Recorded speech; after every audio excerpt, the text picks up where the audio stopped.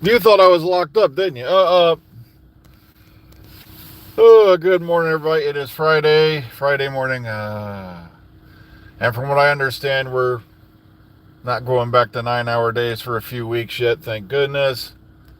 And from what I'm hearing, Saturdays aren't on the thing yet for a couple months. But, oh man. Then again, I'm not doing Saturdays anymore, but still, it's pissing me off that they're making people do stuff when they don't have to do it. But long story, I'm not going into it. It's corporate politics. And to me, politics and bureaucracy is the reason why you still have monkeys, gorillas, orangutans, everybody, all those guys still living out in the woods. Because they were the guys who said, let me get this straight.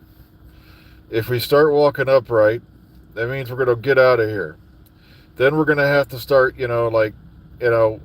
putting up society and shit. Then we're going to have bureaucracy. And then for too long, we're going to have these things called lawyers. F that. I'm staying here. I'm not kidding. That's the way I think I saw what happened. Because they were like, if evolution happened, how come there's still, chimpanzees, gorillas, and monkeys out living in the forest? Because they were the smart ones. How many chimpanzees do you see worrying about their stock portfolio? How many orangutans you see out there worrying about if that case of jock itch is more than just that? How many, gorillas do you see out there wondering, I don't know, if I prosecute this case and I collect some big money, I might be able to afford my new Lexus. You know, how many silverback gorillas do you see worried about whether or not to take on a commission because it would pay for their brand new herbal jacuzzi? I'm not kidding. That's what happens. I saw the ad on Instagram about the '96 movie is getting a 4K upgrade. Um, I love the Sylvester McCoy narrated version. That was incredibly cool. So I might have to keep an eye out for that because I think I have a copy of the '96 movie somewhere, but it was a long time ago and I picked that up.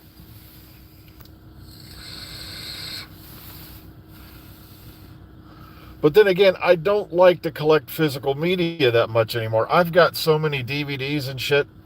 We've literally got bookcases full of DVDs we don't even watch. So it's like,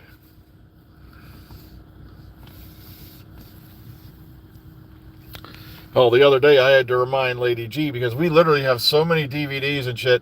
She had completely forgotten she had the entire series of Animaniacs. And I was like, well, don't worry about it because one day I went out and I bought a second copy of Deadpool because I forgot I already had a copy of it. It's like, oh. So yeah, I have a copy of Deadpool. And I have a copy of Deadpool that's still in the plastic, still wrapped because I was like, Hunt, no, Hunt, you're talking back to the man again. Now we know that this is a bad. Of course, I'm doing this because I'm miles away. All right, somebody call security. There's this lady demanding this old bald man's head out here. Oh.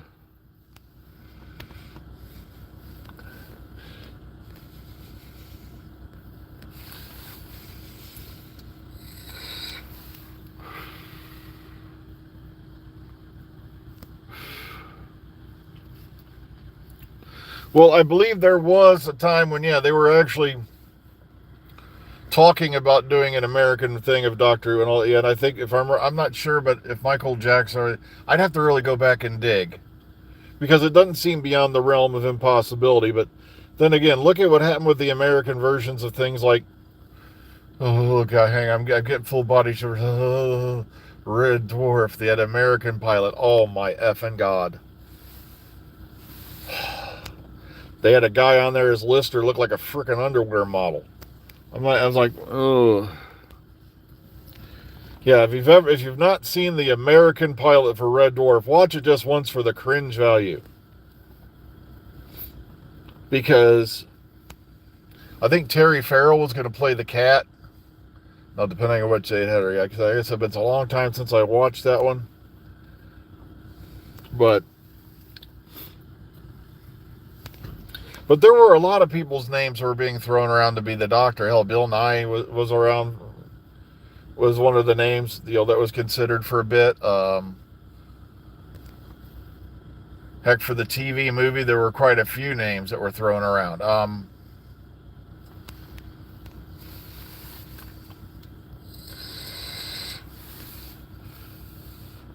But like I said, I haven't researched that in many a moon.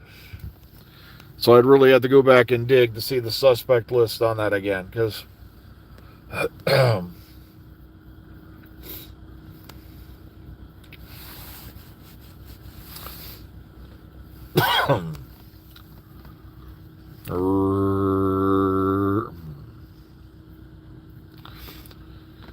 yep, that is no forehead.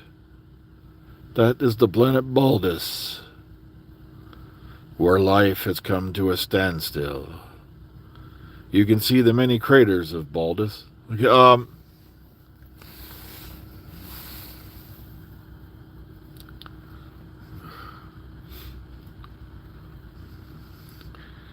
Well, you can enjoy Starfleet Academy all you want. I am never picking up that trash. I'm sorry.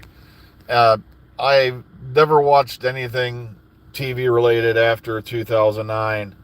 Like I said, the furthest I made it into the movie series was into Arsonist. And after I saw the fact that they somehow magically turned, like I said, a guy who was supposed to be thought out as an Indian Sikh suddenly turned into the whitest British guy on planet Earth. And it's not like everything against Benedict Cumberbatch, but he was no Khan Noonien Singh. And then the way they kept screwing that story up in later things. Like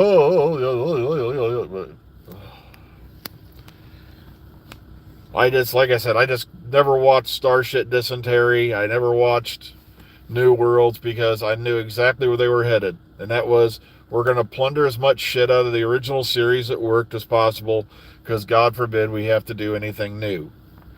Hell, none of the stuff having to do with Discovery was new. It was all stolen off a guy's video game page, and it was blatantly stolen.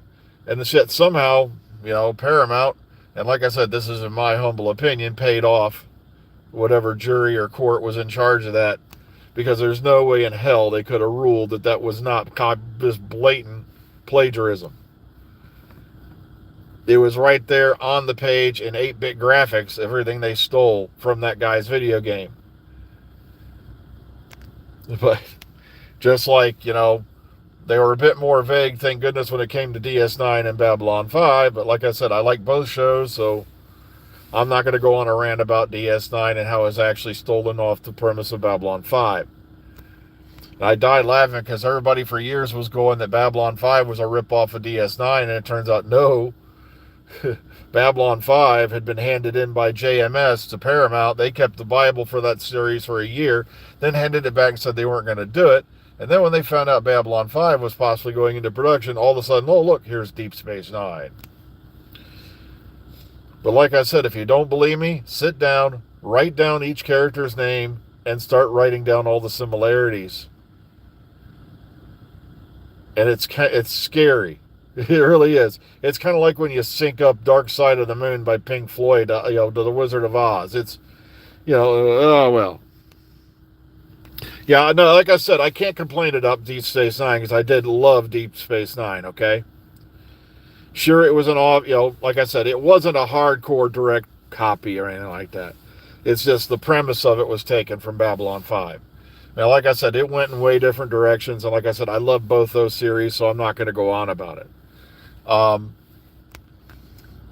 Yeah, I heard they even drug up Cisco for this new series because, like I said, we can't come up with anything on our own, so we're going to go dig back into the other series to see what kind of shit worked and what we can get the most response out of. And one of the big mysteries, of course, after the end of Deep Space Nine is what happened to Benjamin Sisko after he got sucked up into the wormhole. Whatever it was. Yeah, I love Deep Space Nine. I love Next Gen for a while. Voyager was okay. Enterprise had its good moments, but I didn't like the fact that it was Rick Berman trying to rewrite original Trek in his image, because that's exactly what it was. Because from what I was told by many people, and they may have been wrong, was that Rick Berman did not like the original Star Trek. And that's how Enterprise was born.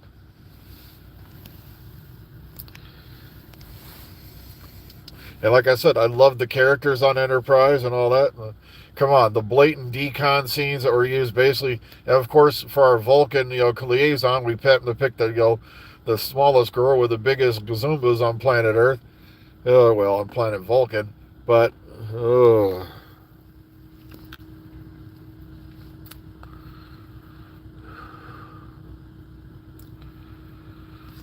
well, it's just the attention span, I think, is going down. Everybody, I remember back when TV shows were like 20 something episodes a season. Now you're lucky if you get a show that's going to make more than 8 to 10 to stream in a year. And then it's like a year or two before you get another series. This is ridiculous. It's like you're literally paying these people to sit on their ass for a year. It's like, ugh. They have other projects they wish to do. It's like, that's why we used to have a thing called contracts. Ugh. Which we still do, but apparently it's just ridiculous. You shouldn't be waiting 2 years for a series to have a second series or a second season when they're only making 10 episodes a season. Ugh.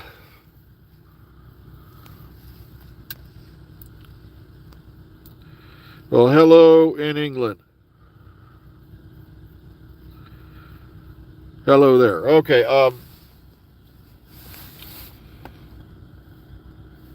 but like I said, it just amazes the shit out of me because I remember, back when they'd pump out 20-something episodes or something a year, and they'd have it done and out in time, and now you can't do that anymore. And you'd think with streaming and all that shit coming out, well, let me see, we can put this out whenever we want now, and it'll stay out there in the ethos or whatever. And I heard they are trying to move up production on Fallout for Series 3 because of the fact Season 2 did so well. And I'm dying laughing because there are people who are trying to detract, or throw fits about Fallout. And I'm like, are you playing the same game I've been playing? I died laughing because there was this lady, I'm such a fan of Fallout.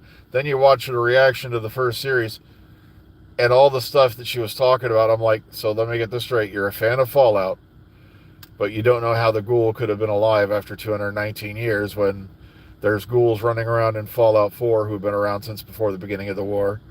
There were ghouls in Fallout 3 who had been around since before the beginning of the war. And that's pretty much like base, knowledge. But you're such a fan of Fallout. All right.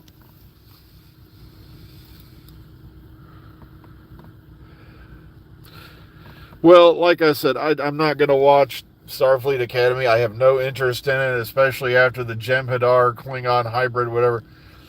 I'm like, sorry. Mankind is generally the ones of it as a whole well, I got to say that on camera. Kirk pretty much proved that. But seriously, the Jem'Hadar were a clone species that were what you call it, and as far as we knew, they didn't have the equipment to reproduce.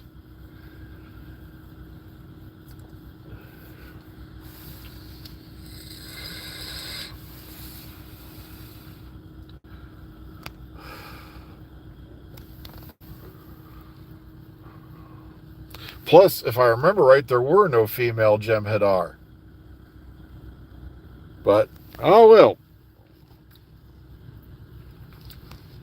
Now, if Doctor Who goes to Netflix, oh my goodness gracious. Imagine if it turned out something like Game of Thrones meets Doctor Who. We get that scene with the Doctor and River Song that is one of the... let's just say, I don't know if Alex Kingston would be signing up for that, but all right,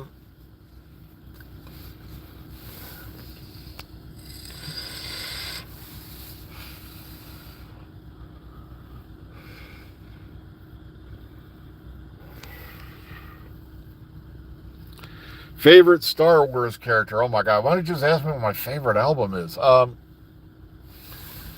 As much as I'm okay with the Jedi, I don't know. Maybe it's just Han Solo's the one that pops to my mind most. Because of the fact, his character came so far across such and such a time. Whereas Luke's the quote unquote Joe's only yada yada bang bang. Here's this guy. He was just trying to make a living, and he got drug into this shit, and he ended up becoming a better person for it. And I couldn't stand that when they changed it so that that Greedo shot first bullshit. Oh. Oh, well. I just look, Darth Vader, of course, always a good one. But like I said, if I was leaning away from Jedi Sith, I would go with Han Solo. But okay, well, I got to get going anyway. I'm over 15 minutes, so please be kind, be calm, be safe. I got to run in and get the workday started. I will turn you into pasta. I hope not, because that would be one stinky pasta. All right, take care, everyone. We'll see you all again on Monday. Have a great weekend. Bye-bye, everyone.